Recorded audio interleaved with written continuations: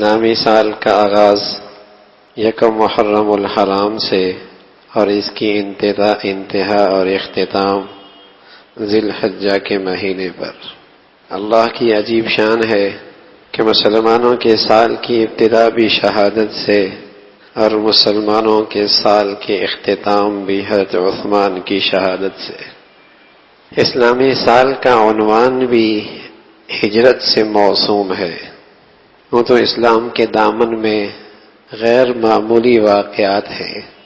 کسی کو بھی تاریخ کا عنوان بنایا جا سکتا تھا اور کسی کو بھی بنیاد بنا کر سال کا آغاز کیا جا سکتا تھا۔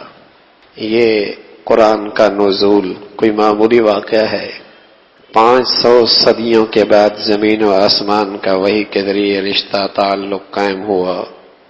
اسلام کے دامن میں اتنا تاریخی واقعہ ہے، لیکن اسلامی سال کی بنیاد اسے نہیں بنایا گیا۔ خود اللہ کا نبی کا دنیا میں آنا، سید الکونین، سید الرسل، سید خاتم النبیین، سبحان اللہ، اللہ کے بعد کوئی ہستی تو محمد الرسول اللہ کی ہستی ہے۔ ان کا دنیا میں آنا بڑا عظیم الشان واقعہ ہے، لیکن اسلامی سال کی ابتدا آپ کی ولادت سے بھی نہیں۔ فتح مکہ، جنہیں مکہ سے نکالا گیا، وہ چند ہی سالوں کے بعد فاتح بن کے مکہ میں داخل ہوتے ہیں۔ اسلام کا حسن، اسلام کا غلبہ، اللہ کی مدد اور نصرت ہر شخص اپنی آنکھوں سے دیکھ رہا ہے۔ یہ بھی عنوان بن سکتا تھا اسلامی سال کا۔ بدر کا معرکہ یوم الفرقان ہے، جہاں حق اور باطل ایسا کھل کے سامنے آیا کہ ہر شخص نے پہچانا کہ اللہ کی مدد اہل حق کے ساتھ ہے، کہ مٹھی بھر مادی ساز و سامان سے خالی اس مختصر سی جماعت نے ایک بڑی طاقتور منظم فوج کو شکست سے دوچار کیا اور اللہ کے فرشتے آسمانوں سے اترے۔ یوم الفرقان، یہ دن بھی بڑا اسلامی دنیا میں اسلامی تاریخ کا ایک بڑا شاندار دن تھا۔ اسلامی سال کا آغاز اس سے بھی نہیں، اس کے دامن میں فتح مکہ بھی ہے، بدر بھی ہے، قرآن کا نزول بھی ہے، اللہ کے نبی کی ولادت بھی ہے، معراج کا واقعہ بھی ہے۔ معراج کا واقعہ بھی ہے کہ لمحوں کے اندر اللہ کا نبی زمین و آسمان سے اوپر جا کر، آسمانوں پہ پہنچ کر، ملائکہ سے ملاقات کر کے، ان کی امامت کر کے، جنت سے ہو کر انہی لمحوں میں اتنے جلدی واپس آتے ہیں اپنے گھر میں۔ ابھی آپ کے دروازے کی کنڈی جیسے حرکت کر رہی تھی جاتی ہوئی ہے، واپسی پر بھی ویسی حرکت کر رہی تھی۔ ایسا اللہ نے نظام چلایا، اللہ نے اپنے حبیب کے لیے خیر معمولی معجزہ تھا اللہ کے نبی کا۔ لیکن اسلامی تاریخ نئے سال کا عنوان یہ دن بھی نہ بن سکا۔ جس چیز کو اسلامی تاریخ کا عنوان بنایا گیا وہ ہجرت کے واقعے کو بنایا گیا۔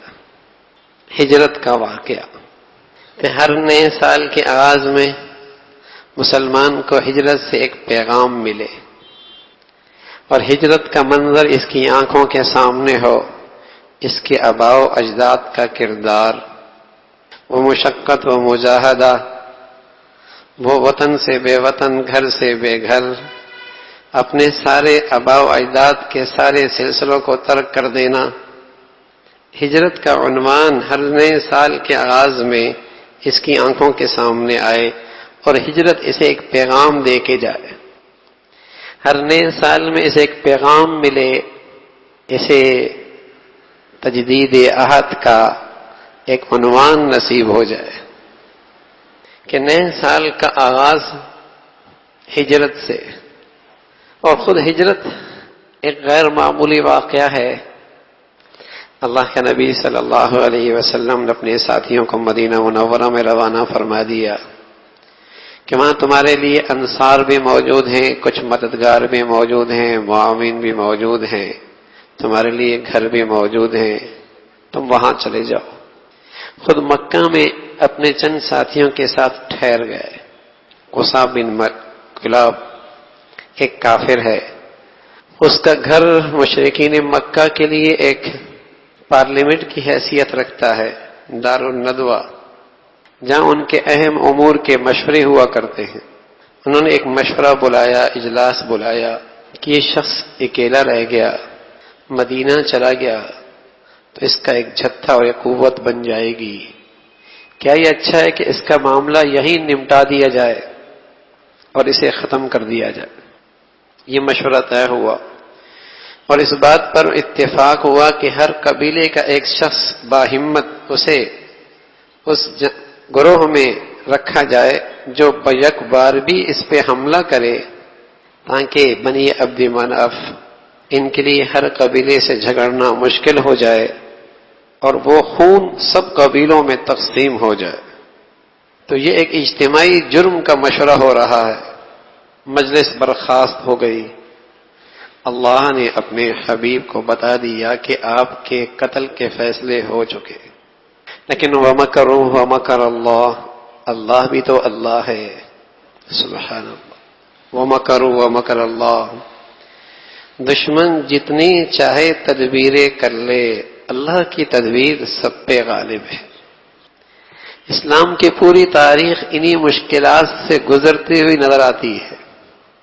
ہمیشہ مسلمان تعداد میں تھوڑے، وسائل میں تھوڑے، قوت میں تھوڑے، اجتماعیت میں تھوڑے، ہمیشہ اول دن سے کفر زیادہ، مشرک زیادہ، طاقت ان کے پاس، وسائل ان کے پاس، اقتدار ان کے پاس، وسائل ان کے پاس، اسلحہ ان کے پاس، فوج ان کے پاس۔ مسلمان کی تاریخ شروع سے انتہائی قسم پرسی کا عالم، فقراء، غریب، وسائل سے خالی، لیکن اللہ اللہ ہے، اللہ کی قدرت تو ہے۔ تو انہوں نے تدبیر کی اللہ کے نبی کو راستے سے ہٹانے کی۔ اللہ نے اپنے حبیب کو بتا دیا کہ آپ اس رات کو یہاں سے نکل جائے۔ اور حضور علیہ الصلوۃ والسلام جب باہر نکلنے لگے تو باہر وہ کرندے اکٹھے ہو گئے، ہاتھوں میں ننگی تلواریں ہیں کہ ابھی باہر نکلیں اور اس کی جان لے لی جائے۔ اللہ نے اپنے حبیب سے کہا کہ آپ کچھ مٹی لے لیں، اٹھا لیں اور اپنے بستر پہ حضرت علی کو سلا دیں، اور ساتھ حضرت علی سے کہہ دیا علی تجھے کچھ نہیں ہوگا۔ اور عجیب تضاد ہے، ایک طرف جانی دشمن ہے اور ایک طرف پورے مکہ میں کسی پر اگر اعتماد ہے امانت اور دیانت پر تو محمد رسول اللہ پر ہے، کہ اگر اپنی قیمتی چیز کسی کے پاس امانت رکھوانی ہے تو اسی شخص کے پاس رکھوانی ہے۔ عجیب تضاد ہے۔ قَدْ نَعْلَمُ إِنَّهُ لَيَحْزُنُكَ الَّذِينَ يَقُولُونَ فَإِنَّهُمْ لَا يُكَذِّبُونَكَ، ہم خوب جانتے ہیں کہ ان کی باتیں آپ کو تکلیف دیتی ہیں، لیکن یہ آپ کو جھٹلاتے نہیں ہیں، یہ بھی کہتے ہیں کہ یہ آدمی ہے سچا۔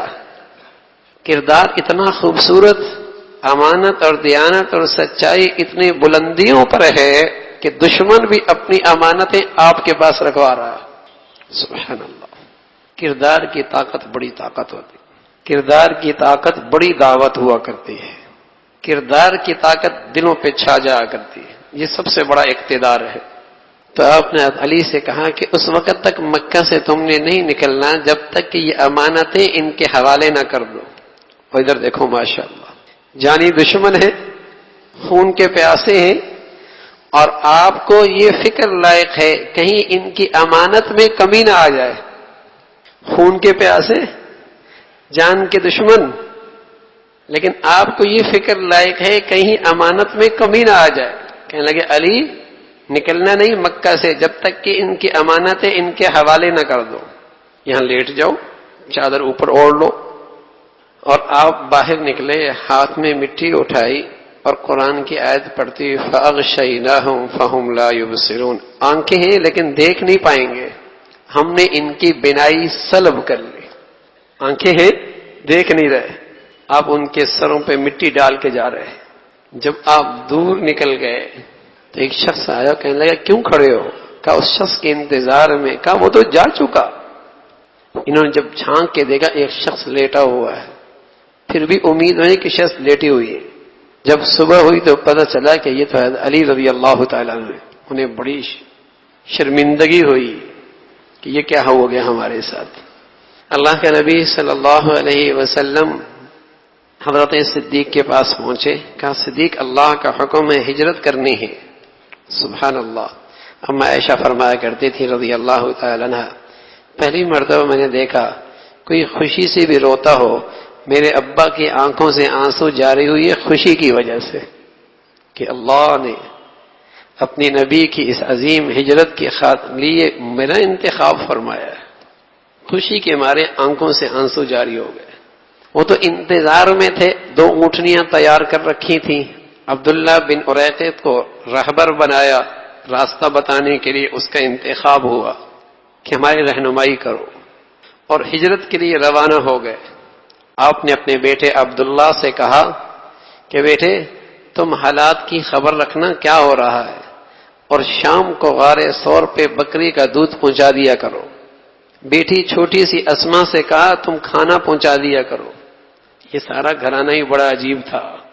ایک طرف دشمن ہے جنہوں نے 100 اونٹ کا انعام مقرر کر رکھا ہے، جو اطلاع دے اسے یہ ملے گا، اور ایک طرف یہ گھرانہ ہے سب کچھ قربان کرنے کے لیے تیار بیٹھا ہے اللہ کے نبی کے لیے۔ اس لیے حضور علیہ الصلوۃ والسلام فرمایا کرتے تھے اے اللہ میں نے سبھی کا بدلہ دے دیا ہے، لیکن صدیق اور صدیق کا گھرانے کا بدلہ آپ ہی دیجئے گا۔ اس کا تو ہر فرد ہی ایسا ہے جو اللہ کے نبی پہ قربان ہونے کے لیے تیار بیٹھا ہے۔ خیر اسما رضی اللہ عنہ چھوٹی سی بچی ہے، کھانا لے کر واپس آئیں، ابو جہل راستے میں ملا، اس نے پوچھنا چاہا، زور سے تماچا مارا، بچی گر گئی لیکن اس نے بتایا نہیں۔ تو حضور علیہ الصلوۃ والسلام غار ثور پہ پہنچے، اور آج بھی وہ پہاڑی موجود ہے۔ محبت بھی عجیب چیز ہے، اور آدمی کے اندر عجیب توانائی اور طاقت پیدا کر دیتی ہے۔ آج اچھے خاصے توانا شخص کے لیے بھی اس پہاڑی پہ چلنا، اوپر جانا مشکل ہے، لیکن حضرت صدیق اکبر رضی اللہ تعالیٰ نے اپنے محبوب کو کہا آپ میرے کندھے پہ بیٹھیں اور میں آپ کو کندھے پہ لے کر اوپر جاؤں گا۔ میں نے عرض کیا محبت بھی عجیب چیز ہے، آدمی میں عجیب توانائی اور قوت بھر دیتی ہے۔ اور جب وہاں پہنچے تو وہاں پہنچنے سے پہلے علماء نے لکھا کہ صدیق رضی اللہ تعالیٰ عنہ راستے میں چلنے کا انداز بڑا عجیب تھا، کبھی دائیں طرف کبھی بائیں طرف، کبھی آگے کبھی پیچھے۔ اللہ کے نبی نے پوچھا صدیق یہ کیا کر رہے ہو؟ کبھی تم دائیں طرف چلتے ہو، کبھی بائیں طرف چلتے ہو، کبھی آگے چلتے ہو، کبھی پیچھے چلتے ہو۔ کیا اللہ کے نبی بس آگے چلتا ہوں تو خیال آتا ہے کہ دشمن کا تیر دائیں طرف سے نہ آئے تو اس طرف آ جاتا ہوں، جب دائیں طرف چل رہا ہوتا ہوں تو خیال آتا ہے کہ دشمن پیچھے سے حملہ نہ کر دے، پیچھے آ جاتا ہوں۔ بس جس طرف کا خیال آتا ہے اسی طرف کھڑا ہو جاتا ہوں کہ اللہ کرے ڈھال میں بن جاؤں۔ اور جب غار میں پہنچے تو صدیق اکبر رضی اللہ تعالیٰ عنہ نے اللہ کے حبیب سے آپ یہاں تشریف رکھے، اور اندر گئے، غار کی صفائی فرمائی، ساری سوراخیں بند فرمائی، اور اپنا کرتا اتارا، اس کے ٹکڑے کیے، ساری سوراخوں پر وہ کرتے کے کپڑے لگا دیے، آخر ایک سوراخ باقی رہ گئی۔ حضرت صدیق اکبر نے وہاں اپنا پاؤں رکھا اور اللہ کے نبی سے فرمایا آپ اندر تشریف لے آئے، تیار ہو گئی یہ جگہ۔ حضور علیہ الصلوۃ والسلام اندر تشریف لائے تو تھوڑی دیر کے بعد دیکھا کہ صدیق کے بدن پہ کپڑا کوئی نہیں، لباس کپڑا کہاں گیا، کرتا کہاں ہے؟ کہا یا رسول اللہ یہاں سوراخیں بہت تھیں تو میں نے سوراخیں بند کرنے کے لیے اپنے کرتے کو ٹکڑے کر کے اسے بند کر دیا، اور حضور علیہ الصلوۃ والسلام کو آرام کرنے کے لیے اپنی گود میں لٹا دیا، خود بیٹھ گئے ٹیک لگا کر دیوار سے۔ اللہ اللہ ہے، اللہ اللہ ہے۔ ہاں دشمن قریب آ چکا ہے، اللہ نے مکڑی کو حکم دیا وَلِلَّهِ جُنُودُ السَّمَاوَاتِ وَالْأَرْضِ، زمین و آسمان کے سارے لشکر اللہ کے ہیں۔ بیل کو حکم دیا وہ اگ گئی، مکڑی کو حکم دیا اس نے جالا بن دیا، کبوتری کو حکم دیا اس نے وہاں جا کر انڈے دے دیے۔ وَلِلَّهِ جُنُودُ السَّمَاوَاتِ وَالْأَرْضِ، زمین و آسمان کے ساری مخلوق سارے لشکر اللہ کے ہیں۔ حفاظت کا انتظام اللہ خود کر رہا ہے۔ جب وہاں پہنچ گئے، پاؤں کے نشانات معلوم کرنے والا شخص ان کی رہنمائی کر رہا تھا، اور غار کے منہ تک جب پہنچے تو اس نے کہا یہی ہے۔ تو انہوں نے جب کبوتر کے انڈے دیکھے، مکڑی کا جالا دیکھے تو اسے کوسنے لگے، کہا تیرا دماغ ٹھیک ہے، تیرا دماغ ٹھیک ہے، یہاں بھی کوئی انسان اندر ہو سکتا ہے، یہ تازہ انڈے نہیں دیکھ رہا ہے، یہ مکڑی کا جالا نہیں دیکھ رہا ہے۔ اسے شرمندہ کر دیا، لیکن وہ بھی اپنے فن میں ماہر تھا، کہا میاں میں کچھ نہیں جانتا، قدم یہیں تک آ رہے ہیں، قدم یہیں تک آ رہے ہیں۔ ادھر حضرت صدیق اکبر رضی اللہ تعالیٰ نیچے بیٹھ کے دیکھ رہے، ان کے جسم نظر آ رہے ہیں، وہ ذرا جھکے تو اندر نظر آ جائے۔ تو حضرت صدیق اکبر رضی اللہ تعالیٰ کو اندیشہ ہوا کہیں ان کی نظریں نہ پڑ جائیں، تو قرآن نے جو الفاظ استعمال کیے، جب حضرت صدیق اکبر رضی اللہ تعالیٰ عنہ کہ یہ کیفیت اللہ کے نبی نے دیکھی، فرمایا لا تحزن ان اللہ معنا، لا تحزن ان اللہ معنا، ثانی اثنین اذ ہما فی الغار اذ یقول لصاحبہ لا تحزن۔ میرے عزیزو، صدیق وہ واحد صحابی ہے جس کو قرآن نے صحابی کے الفاظ سے پکارا ہے۔ اس کی صحابیت کا انکار تو قرآن کا انکار ہے، اور قرآن کے الفاظ کا انکار تو مسلمان سے، اسلام سے آدمی کو نکال دیتا ہے۔ یہ تو وہ صحابی ہے جس کے لیے قرآن نے الفاظ کہے اور کسی کے لیے یہ الفاظ نہیں کہے۔ اذ یقول لصاحبہ، اذ یقول لصاحبہ لا تحزن ان اللہ معنا، اللہ میرے ساتھ ہے۔ تو حزن کا لفظ استعمال ہوا، حزن، لا تخف نہیں کہا، لا تحزن کہا۔ حزن کہتے ہیں جب اپنا ڈر نہ ہو، اپنے ساتھی کا ڈر ہو۔ تو صدیق کو اپنی ذات کا ڈر نہیں تھا، آپ کو جو پریشانی تھی کہیں اللہ کے حبیب کو تکلیف نہ پہنچے، اس لیے فرمایا لا تخف نہیں فرمایا، ڈرو نہیں، یہ نہیں کہا، لا تحزن کہا کہ آپ کو جو پریشانی تھی، بے چینی تھی، یہ تھی کہ اللہ کے نبی کو کہیں تکلیف نہ پہنچے۔ لا تحزن ان اللہ معنا۔ تو یہ ایک ہجرت ہے، یہ ایک ہجرت کا سلسلہ ہے۔ اللہ کے نبی صلی اللہ علیہ وسلم نے ہجرت مکمل فرمائی، اور اس واقعے کو عنوان بنایا گیا اسلامی سال کے آغاز کا، اور ایک پیغام دیا گیا، اور وہ پیغام یہ دیا گیا کہ یا عبادی الذین آمنوا ان ارضی واسعۃ فإیایا فاعبدون۔ یہ پیغام ہے ہر نئے سال کے آغاز پہ، جو ہجرت کے عنوان سے ہر مسلمان کو ملتا ہے، بلکہ مسلمان کی دینی زندگی کا تھرمامیٹر ہے، مسلمان کی دینی زندگی کا تھرمامیٹر ہے، جس سے اس کی ایمانی حرارت کا پتہ لگتا ہے۔ ہجرت کے عنوان سے اس کی ایمانی زندگی کی حرارت کا پتہ لگتا ہے، اور وہ پیغام یہ ہے کہ وطن سے، خاندان سے، معاش سے، اپنی دکانوں سے، اپنی فیکٹریوں سے، اپنے کاروبار سے، اپنے رشتہ دار خاندان سے ایک فطرتی تعلق ہوتا ہے، ایک فطرتی تعلق ہوتا ہے۔ لیکن پیغام ہجرت کا کیا ہے؟ یہ سارے تعلقات مبارک، لیکن جب یہ ایمان اور عقیدے کے لیے خطرہ بن جائیں تو ان سب کو قربان کر دو، اور ایمان اور عقیدہ کی حفاظت کے لیے، ایمان اور عقیدے کی حفاظت کے لیے ہجرت کر جاؤ، اس لیے کہ ایمان اور ایمان کی دعوت ان سب چیزوں سے بڑی دولت ہے۔